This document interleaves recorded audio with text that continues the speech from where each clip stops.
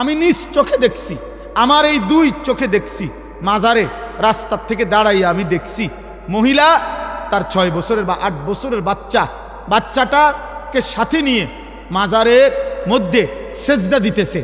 মহিলা বাচ্চাটা দিতে চায় না, মহিলা এমনি মাথাটা জাঁতা দিয়া চাপ দিয়া বাচ্চাটাকে সেজদা করাইছে। হায় মা, তুই কি করলি? তুই মা করলিটা কি? তুই তোর ছেলেটাকে মুশরিক বানায় দিলি। আল্লাহ তাআলা যার রক্তে ঈমান দিছিলেন, যাকে সৃষ্টি লগ্নে আল্লাহ ঈমানের নিয়ামত দিয়ে দিছিলেন, আল্লাহকে মানার, তুই মা তাকে মুশরিক বানায় দিলি। মা কি করলা? মা তুমি ছেলেটাকে কি করলা তুমি? আপনার ঘরে হিন্দি সিরিয়াল চলে, আপনার ঘরের টেলিভিশনের মধ্যে হিন্দি সিনেমা চলে। হিন্দি সিনেমার প্রত্যেকটার মধ্যে দুইটা জিনিসকে বিশেষভাবে দেখানো হয়। এক জিনিস মনে রাখবেন, হিন্দি সিনেমার মধ্যে অগণিত হিন্দি ছবির মধ্যে অহরহ হিন্দুদের ধর্মীয় পূজা অর্চনা, উপাসনা, মূর্তির দেবতার পূজা। তাইলে আপনার মুসলমানের মা, মুসলমানের ঘরওয়ালা বাবা, সে তার ছেলে মেয়ের জন্য যা ইন্তজাম করলো, সে প্রকাশ্যে ঘরের মধ্যে দেখে মূর্তি পূজার মহড়া।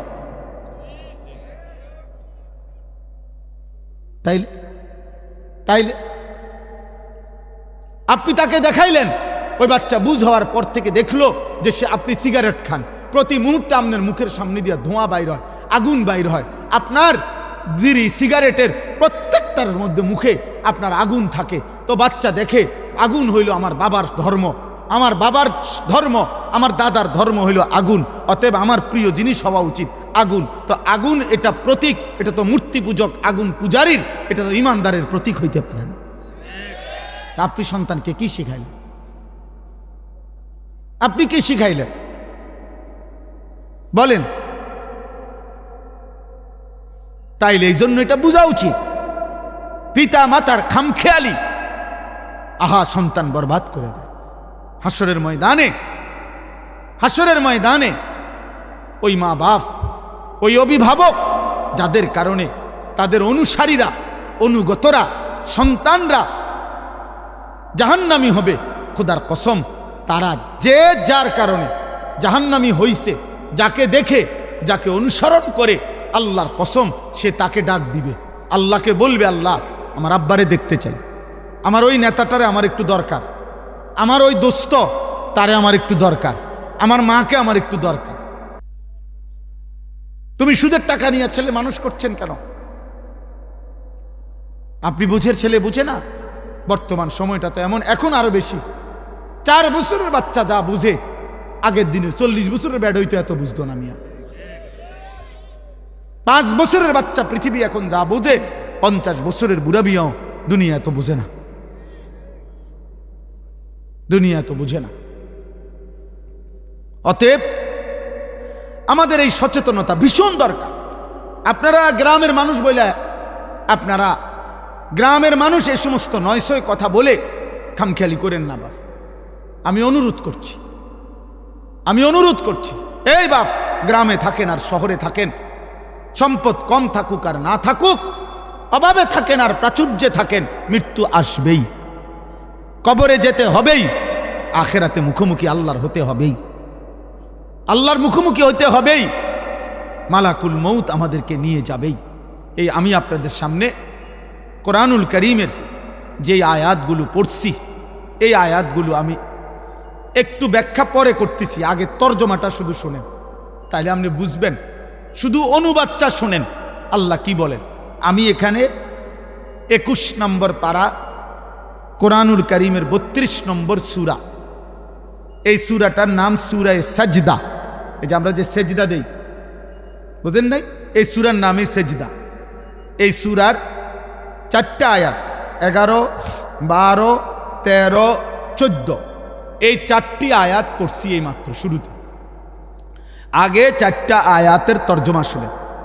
এই 4টা আয়াতে আল্লাহ তাআলা কি বলতেছেন শুনতেছেন আপনারা সবাই? দোস্ত, বুট খাইও না, মাঝখান দিয়ে কেউ বুট বাদাম খাইও না।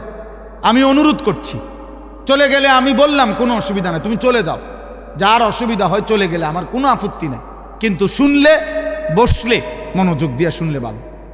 আমি দোস্ত অনুরোধ করলাম, মনোযোগ হইলে ফায়দা হয়, ফায়দা হয়। বক্তার পর বক্তা আনলাম, 3 জন বক্তা, 6 জন বক্তাও, একজন উঠলো আরেকজন নামলো, কেউ হুঙ্কার দিল, কেউ ঝঙ্কার দিল, কেউ টান দিল, কেউ সুর দিল, কারো হাসি দিলে ভাল লাগে, কেউ কানলে ভাল লাগে, কেউ চিৎকার দিলে ভাল লাগে, কেউ উড়ে লাইলে ভাল লাগে। এই সমস্ত দিয়ে হবে না আব্বা, এর কোনো ফায়দা নাই, কোনো ফায়দা নাই। এটা কোনো বিষয় না বাবা, বিষয় হলো আমি উপলব্ধি, আত্ম উপলব্ধি। আহা, আমি কে, আমি কি করছি, আমি কোত্থেকে আসলাম, আমার কি করা উচিত, আমি যাব কোথায়, প্রতিনিয়ত মানুষগুলো কই যাচ্ছে, আমার বাবা কই গেলেন, আমার দাদা কই গেলেন, আমার চাচা মামা ফুফা খালুরা কই গেলেন, কই গেলেন। আমার জ্যাঠারে আমি 1 সপ্তাহ আগে দেখা গেছি, 1 সপ্তাহ পরে দেখছি জ্যাঠা নাই। জ্যাঠার জানাজা আমি পড়াইছি, জানাজার আগে আমি জ্যাঠার কবরের দিকে তাকাইছি, কবর তখন খালি, কবরে তখনও রাখে নাই আমার জ্যাঠাকে। আমি আমার বাড়ির কবর, তো কবরের দিকে তাকায় দেখা কিছুক্ষণ তাকায় থাকছি, আর আমি মনে হয় যেন শুনতেছি যে কবর আমারে বলে, আনিস, আমার থেকে কয়টা মাটি আমি তোমার জ্যাঠারে বানাইতে দিছিলাম, আজ আমার মাটি আমি নিয়ে নিলাম।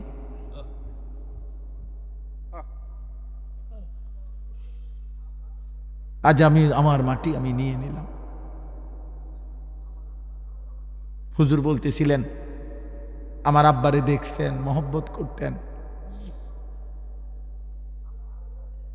আমার আব্বা এমন সুন্দর সাজতেন, লম্বা সুন্দর সুপুরুষ ছিলেন। আমার বাবা,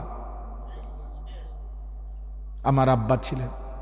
শুক্রবার দিন জুমার নামাজের জন্য আমার আব্বা যখন সাজতেন, আমারও মনে আছে, আমি মনে ভাবতাম যে আব্বা যেন নতুন জামাইয়ের মতো এত সুন্দর পাগড়ি মাথায় দিত, গাইতো, চোখে আতর লাগাইতো, বাবা পাঞ্জাবি সব কিছু নতুন সুন্দর ধোয়া ইস্তারি করা গাও দিত, মানে বাদশার মতো বাবা সাজত। আমার সেই সুন্দর বাবা, সাজগোজওয়ালা বাবা। তা আমি জানি না এখন বাপ আমার কবরে কেমন আছে। হযরত ওমর ইবনে আব্দুল আজিজ রাহমাতুল্লাহি আলাইহি তিনি কবরস্থানে দাঁড়িয়ে বলতেন, হে কবর, মাজা ফাআলতা বিল আহিব্বা। এটা দোস্ত ওমর ইবনে আব্দুল আজিজের কওল। আমার এই দোস্ত নুরুল আলম ওই শুনতে চায় ওমর ইবনে আব্দুল আজিজের নাম, আমি এই জন্য শুনাইলাম। ওমর ইবনে আব্দুল আজিজ কবরের সামনে দাঁড়িয়ে বলতেন, হে কবর, বলো না তুমি আমার স্বজনদের সাথে কি করেছ? আইনাল আহবাব, আমার বন্ধুরা কোথায়, আমার আপনজনরা কোথায়? আইনাল আসদিকা, আমার বন্ধুরা কোথায়? আইনাল জুল্লাস, আমি যাদের সাথে বসতাম তারা কোথায়? আইনাস সাম্মার, আমি যাদের সাথে রাত জেগে গল্প করতাম আমার সেই আপনজনরা কোথায়? তিনি আবার কানতে কানতে বলতেন যে, হে দুনিয়াবাসী শোনো, কবর আমারে বলতেছে, ওমর ইবনে আব্দুল আজিজ, তোর চাচা মামা ফুফা, তোর স্বজন, তোর বন্ধুদেরকে আমি মাটি একটা একটা করে অঙ্গ, হাত পাও চোখ নাক কান খুলে খুলে ফেলছি, আমার মাটি আমার সাথে আমি মিশায়ে ফেলছি।